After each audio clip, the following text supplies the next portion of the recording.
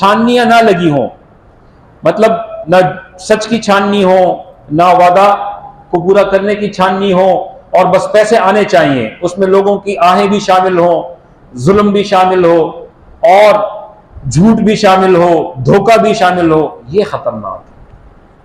तो दौलत को, दुनिया को दिल में जगह देना, यह ऐब है शरीयत में। दौलत कमाना यह ऐब नहीं है।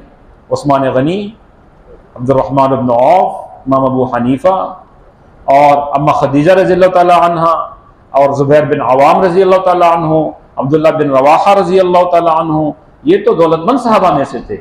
अशरा मुबशरा के 10 सहाबा में से तो 7 ये तुजार थे।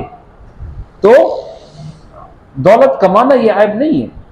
हाँ, तमाम कामों में दीन को मुकद्दम रखना। दीन ने कहा कि आप सच बोलें, तो सच के जरिए से कमाएं, धोखा